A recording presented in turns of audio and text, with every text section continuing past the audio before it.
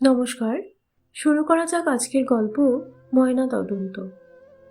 সুবীরের দেহটা ময়না তদন্তে পাঠানো হয়েছে।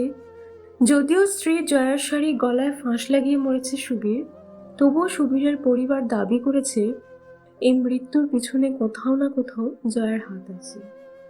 হাতে শাঁখা, কপালে সিঁদুর নিয়ে বারান্দায় বসেছিল জয়া। হিন্দু শাস্ত্র মতে এখনো সধবা জয়া, তবে বৈধব্য এসে ওর দোরগোড়ায় দাঁড়িয়ে ওর দিকে তাকিয়ে মুচকি হাসছিল।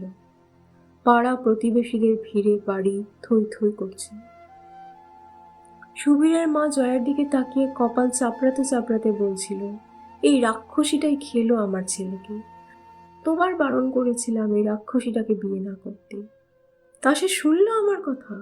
মরণ ডেকেছিল, তাই তো ওর রূপে মজে গিয়ে বিয়ে করলো। 6 মাস যেতে না যেতেই মরলো আমার ছেলেটা। তোর মরণ কেন হয় না রে শয়তানি? বাজারে মেয়ে মানুষ একটা। তোর চরিত্রের ঠিক ছিল না বলেই তো লজ্জায় আমার ছেলেটা গলায় দড়ি দিল। পাড়ার লোকজন সুবীরের মাকে সান্ত্বনা দিতে দিতে বলল, শান্ত হন, ও যদি পাপ করে থাকে তাহলে ভগবান ঠিক শাস্তি দেবে। গালে হাত দিয়ে চুপচাপ বসেছিল জয়া। ওদের কথাগুলো কানে ঢুকেও কোথাও যেন হারিয়ে যাচ্ছিল।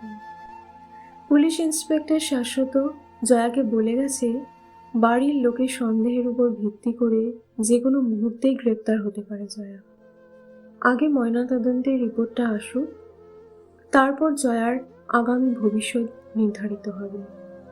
সকাল থেকে পেটে কিছুই পড়েনি জয়ার। ঘুম ভেঙে চোখ খুলেই সুবীরকে সিলিং ফ্যানে ঝুলতে দেখেছিল। ওই দৃশ্য দেখার পর আর খিদে তৃষ্ণা পায়নি। তবে এখন হঠাৎ করেই গলাটা কেমন যেন শুকিয়ে আসছে। একটু জল খেতে পারলে বেঁচে যেত। বারান্দা থেকে উঠে রান্নাঘরে গিয়ে জলের বোতলটার দিকে হাত বাড়াতেই সুবীরের বোন তেড়ে এলো। খবরদার বললাম, একদম কোনো কিছুতে হাত দেবে না। দাদা মরেছে আর খিদেতে তোমার জিভ একেবারে লক লক করছে, তাই না? জয়া চাপা গলায় বলল, শুধু একটু জল খাবো। জয়ার হাতের নাগাল থেকে জলের বোতলটা সরিয়ে নিয়ে সুবীরের বোন বলল, খেতে দেব না তোকে, যা পারিস করে নে। অগত্যা আবার বারান্দায় গিয়ে বসলো জয়া। মুখে জমে থাকা থুতুগুলো গিলে তেষ্টা মেটানোর চেষ্টা করছিল। সুবীরের বোন পেছনে দাঁড়িয়ে বলল, তোর মতো নষ্ট মেয়ে মানুষকে আমরা ঘরে রাখবো না, এই বলে দিলাম। যার বাচ্চা পেটে নিয়ে ঘুরছিস সোজা তার কাছে চলে যাবে, তোর মুখ আমরা দেখব না। বাচ্চার কথা বলায় জয়া অজান্তেই নিজের পেটে হাত দিল। ওর মনে পড়ল ডাক্তার বলেছিল এই সময় অভুক্ত থাকতে নেই। আহারে, বাচ্চাটার না জানি কত কষ্ট হচ্ছে। পাড়ার লোকেরা সুবীরের বোনকে বলল, তোমরা নেহাতি ভালো মানুষ, তাই এখনো বাড়ি থেকে বের করে দাওনি, অন্য কেউ হলে পিটিয়ে বাড়ি ছাড়া করত। ক্লান্ত অবসন্ন শরীর নিয়ে লোকের সব সবান্ত গিলে তেষ্টা মেটাচ্ছিল জয়া। বেলা বাড়ার সাথে সাথে রোদটাও বাড়ছিল। মাথাটা কেমন যেন ঘুরছিল জয়ার। চারপাশটা ধীরে ধীরে কেমন যেন অন্ধকার হয়ে আসছিল। হঠাৎই একটা জলের বোতল কে যেন ওর চোখের সামনে ধরে বলল, জলটা খেয়ে নিন। জয়া তাকিয়ে দেখল পুলিশ ইন্সপেক্টর শাশ্বত। জয়া বিন্দুমাত্র দেরি না করে শাশ্বতের হাত থেকে বোতলটা ছিনিয়ে নিয়ে ঢক ঢক করে জল খেতে শুরু করল। জলগুলো ওর গায়ে বেয়ে পড়ে শাড়িটা ভিজিয়ে দিচ্ছিল। 2 সেকেন্ডে বোতলটা ফাঁকা করে শাশ্বতকে ফিরিয়ে দিল জয়া। শাশ্বত বলল, ময়না তদন্তে অস্বাভাবিক কোনো কিছুই চোখে পড়েনি। সুবীরবাবু আত্মহত্যাই করেছেন। তবে এর পেছনে যদি আপনার কোনো হাত থেকে থাকে, সুবীরের পরিবার অবশ্য সেটাই বলেছে, তাহলে কিন্তু আপনাকে গ্রেপ্তার করতে বাধ্য হব। জয়া শাড়ির আঁচল দিয়ে গালে লেগে থাকা জল মুছতে মুছতে বলল, সুবীরের সাথে সাথে আমারও যে ময়না তদন্ত হলো তার রিপোর্ট জানতে চাইলেন না তো? জয়ার কথায় কিছুটা অবাক হলো শাশ্বত। আপনার ময়না তদন্ত মানে? জয়া হেসে বলল, বুঝতে পারলেন না তো? সকাল থেকে আমাকে নিয়ে যে কাঁটাছেঁড়া চলছে, শুধু আমি না, আমার পেটের সন্তানকেও এরা কেউ রেহাই দেয়নি। তাই বললাম, কাঁটা ছেঁড়া শুধুমাত্র সুবীরের হয়নি, আমারও হয়েছে। জয়ার কথায় সুবীরের মা দাঁত খিচিয়ে বললেন, পোড়ার মুখের কথা শোন, আমার ছেলেটাকে খেয়েও খিদে মেটেনি ওর। এবার বাড়ির সকলকে উগরে তবে ওর শান্তি হবে। জয়া আনমনাভাবে শাশ্বতকে বলল, আমাকে বরং গ্রেপ্তার করুন, তাহলে অন্তত না খেয়ে আর মরতে হবে না। এখানে ওরা আমায় খেতে দেবে না, আর আমার যাওয়ার কোনো জায়গাও নেই।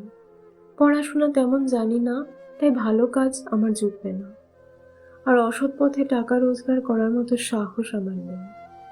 কিন্তু বাঁচতে তো হবে, যে আসছে তার জন্য, তাই আমায় জেলে নিয়ে চলুন। ওখানে থাকা খাওয়াটা তো পাবো, এটাই বা কম কি। শাশ্বত বলল, সবাই আপনাকে দোষী সাব্যস্ত করছে, নিজেকে বাঁচাতে আপনার কিছুই কি বলার নেই? কি বলি বলুন তো, বেঁচেও তো মরেই থাকবো।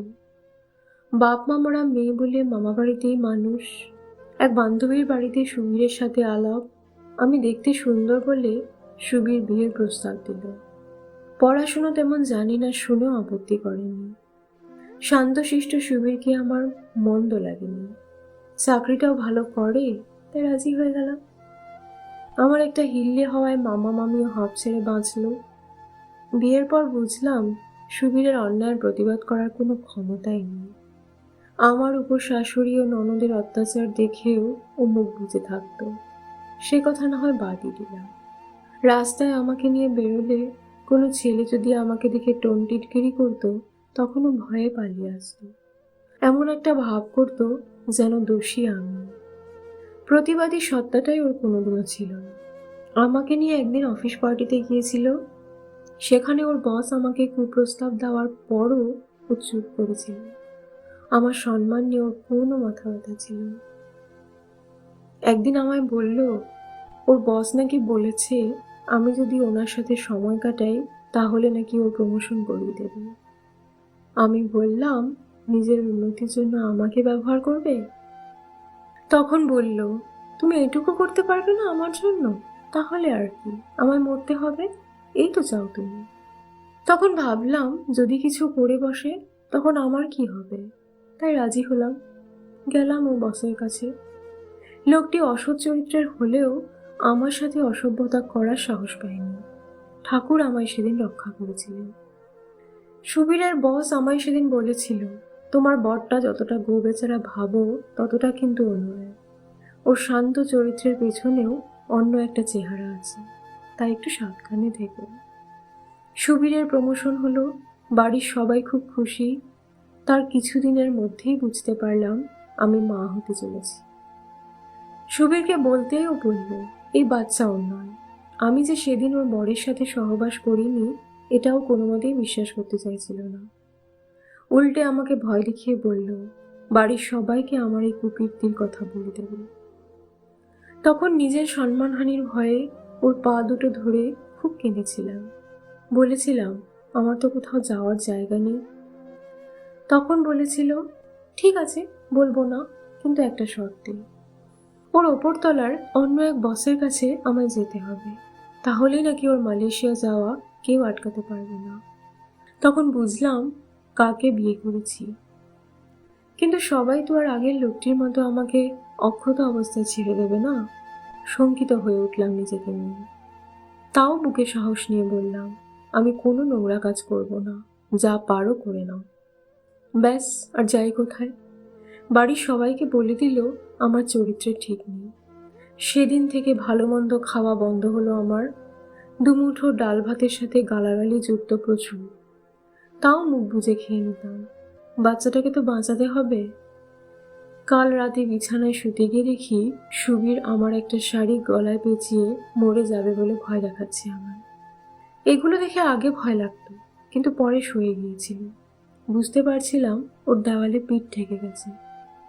আমায় সিঁড়ি বানিয়ে ওপরে উঠবে ঠিক করেছিল। সেই ঘুরে বালি বুঝতে পেরে ইমোশনাল ব্ল্যাকমেল করার চেষ্টা করছে আমায়। আমি কোনো কথার উত্তর না দিয়ে বারান্দায় গিয়ে শুয়ে পড়েছিলাম। ভেবেছিলাম কিছুক্ষণ পর সুবীর নিজেও ঘুমিয়ে পড়বে, কিন্তু ও যে চিরকালের মতো ঘুমিয়ে পড়বে সেটা বুঝতে পারিনি। আমার মনে হয় নাটক করতে গিয়ে কোনোভাবে ওর গলায় ফাঁস লেগে গিয়েছিল। আমি ঘরে ছিলাম না বলে ও কাউকে ডাকতেও পারেনি। কাল আমি ঘরে থাকলে হয়তো সুবীর বেঁচে যেত। পেটে বাচ্চা নিয়ে সারাদিন হাড় ভাঙা খাটনির পর দুমুঠো খেয়ে শুলেই আমার চোখে ঘুম নেমে আসতো। কালকেও তাই হয়েছিল। তাই সকালে যখন ঘরে ঢুকলাম তখন সব শেষ। আমি আপনাকে সবটাই বললাম, এবার আপনি যা ভালো বুঝবেন করবেন। তবে আমার সন্তান যাতে একটা সুস্থ শৈশব পায় একটু দেখবেন। ওর জন্যই তো এত লড়াই আমার। এই বলে জানলা দিয়ে আকাশের দিকে এক দৃষ্টে তাকিয়ে উড়ন্ত পাখিগুলিকে দেখছিল জয়া। হয়তো মুক্তির স্বাদ পেতে চাইছিল। শাশ্বত দেখছিল জয়াকে, ঠিক যেন যুদ্ধে ধারালো অস্ত্রের দ্বারা ক্ষতবিক্ষত এক সৈনিক, শত ঝড়ঝঞ্ঝার মাঝেও নিজের গর্ভস্থ সন্তানকে বাঁচিয়ে রাখতে বদ্ধপরিকর। শাশ্বত বলল, আপনার সন্তান সুস্থ শৈশব পাবে, কথা দিলাম। আমি নিজেও তো সন্তানের বাবা। গাছের ছায়া না পাওয়ার রোদে ঝলসানো শৈশবগুলো দেখলে বড্ড মন কেমন করে। আপনি আসুন আমার সাথে। জয়াকে গাড়িতে তুলল শাশ্বত। সুবীরের মা চেঁচিয়ে বলল, আপদ বিদেয় হলো, ওর ফাঁসি হলে কালীঘাটে পুজো দেব আমি। শাশ্বত হেসে জয়াকে বলল, আপনার শাশুড়ির এই যাত্রায় আর কালীঘাটে যাওয়া হলো না। শাশ্বতের কথা শুনে শুকনো হাসল জয়া। শাশ্বত বলল, সুবীরের কুকীর্তিগুলো বাড়ির লোকদের বললে না কেন? জয়া বলল, নিজে মা হতে চলেছি তো, তাই সন্তান হারানোর যন্ত্রণা কিছুটা হলেও অনুভব করতে পারি। সন্তান হারা মাকে আর কষ্ট না হয় নাই দিলাম। কিছুটা পথ যাওয়ার পর গাড়ি থামিয়ে দিল শাশ্বত। নিন, এবার নেমে পড়ুন দেখি। কোথায় নামবো? অবাক হলো জয়া। আরে বাবা, ময়নাতদন্তের রিপোর্ট তো বলছে আপনার স্বামী আত্মহত্যা করেছেন। কিন্তু আমার শ্বশুরবাড়ির লোকেরা তো আমার নামে আপনার কাছে, তাই বুঝি? কই, আমার তো সেরকম কিছু মনে পড়ছে না। লিখিত কোনো রেকর্ডও নেই। মুখের কথায় কি আর কাজ হয়? মুচকি হাসল শাশ্বত। জয়া অবাক চোখে চেয়ে আছে শাশ্বতর দিকে। চিন্তা করবেন না, আপনাকে আমি মাঝ সমুদ্রে ছেড়ে দিয়ে পালাচ্ছি না। জয়ার হাতে একটা চিরকুট দিল শাশ্বত, সাথে কিছু টাকা। দয়ামন্তী সেন, সম্পর্কে আমার মামাতো দিদি। কাগজের লেখা ঠিকানায় নিশ্চিন্তে চলে যান। গিয়ে আমার নাম বলবেন, আপনার একটা ব্যবস্থা দিদি করে দেবে। যাদের কেউ নেই তাদের জন্যই আমার দিদি আছে। প্রথমে 2-1জনকে সঙ্গে নিয়ে কাজ শুরু করলেও আজ মুক্তি নামক স্বেচ্ছাসেবী সংস্থাকে চেনে না এমন কেউ নেই। আপনার যোগ্যতা অনুযায়ী কাজ পাবেন আপনি। লোকের গালি খেয়ে আপনাকে পেট ভরাতে হবে না, এটুকু বলতে পারি। কিন্তু আপনি আমার জন্য কেন এসব করছেন? ওই যে আপনাকে কথা দিয়েছিলাম আপনার অনাগত সন্তানকে একটা সুস্থ শৈশব দেব। আমিও তো একজন বাবা, তাই আর মুখ ফেরাতে পারলাম না। আমায় এখন থানায় যেতে হবে, কেস ফাইলটা বন্ধ করতে হবে তো। আপনি তাড়াতাড়ি চলে যান, ওই যে বাসটা আসছে, চটপট উঠে পড়ুন। শাশ্বতর গাড়ি একরাশ ধুলো উড়িয়ে নিমিষে উধাও। চিরকুটটা হাতের মুঠোয় নিয়ে নিজের বুকের কাছে চেপে ধরল জয়া। এবার নতুন একটা লড়াই, মাথা উঁচু করে বেঁচে থাকার লড়াই। গল্পটি এখানেই সমাপ্ত। যদি গল্পটি ভালো লেগে থাকে তাহলে লাইক, শেয়ার আর কমেন্ট করবেন, আর চ্যানেলটি অবশ্যই সাবস্ক্রাইব করে রাখবেন। ধন্যবাদ।